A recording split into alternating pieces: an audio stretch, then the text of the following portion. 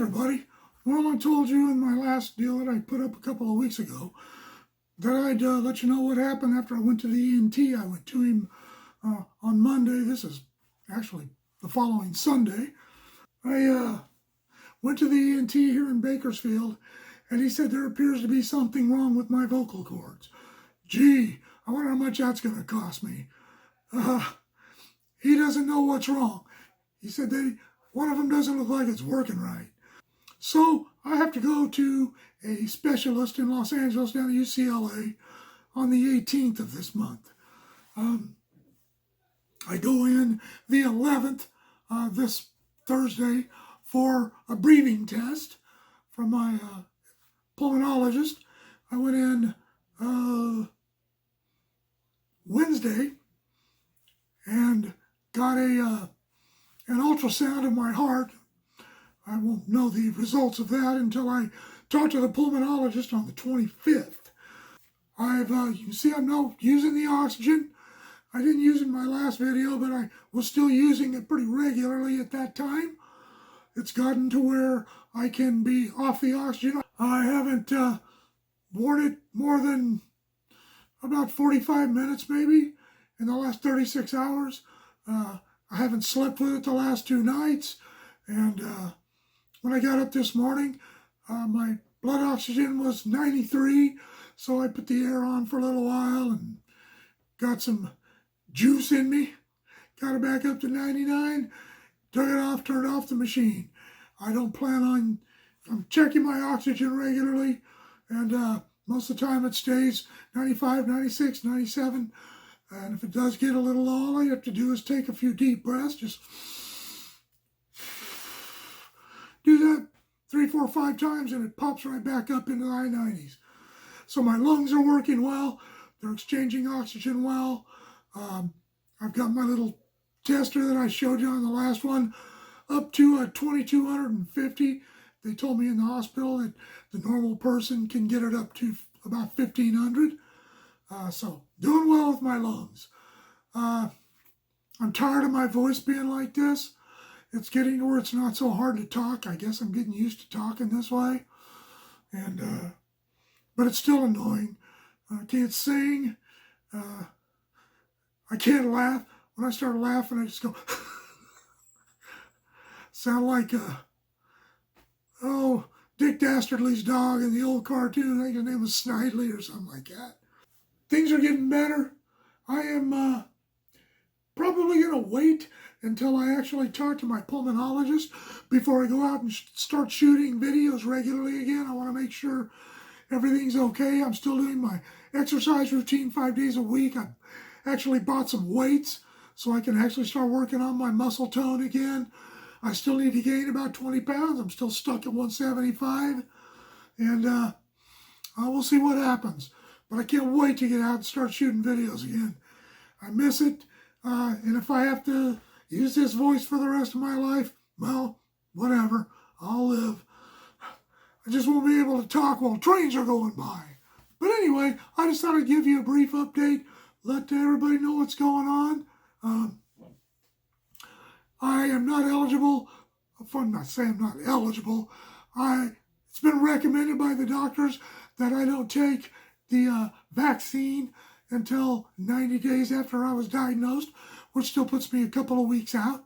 And I'm going to get it. I don't even think my group comes up.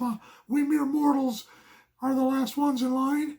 And I don't know when we're going to be eligible for it or, if they're going to have enough to go around at that time. Whatever. I'm not stressing about it, but I'm going to take the vaccine. I recommend people who, I know there are a lot of people out there that are afraid of the effects because it's new, and I guess I get that. There are a lot of anti-vaxxers, people who don't want to take the vaccine at all. Okay, it's fine. I'm not going to try to change anybody's mind. I just don't want anybody to get as sick as I did. And if this is the first of the videos you've seen of my struggle with COVID, go back and look at the ones that I did from the time I was in the hospital. And you see how absolutely sick I was. And that was, I don't remember doing those videos. I was so sick. but I had to shoot them and edit them and everything. I don't remember doing any of that. But I went in on November 15th, and I got sick the week before. I don't remember the week before having gone in the hospital. I thought it was just a couple of days. But my wife and daughter said I was a real pain in the ass for a whole week because I didn't want to go to the hospital. I was afraid they were going to put me on a ventilator. If I'd have waited any longer, that's probably what would have happened. But anyway, you go back and look at those.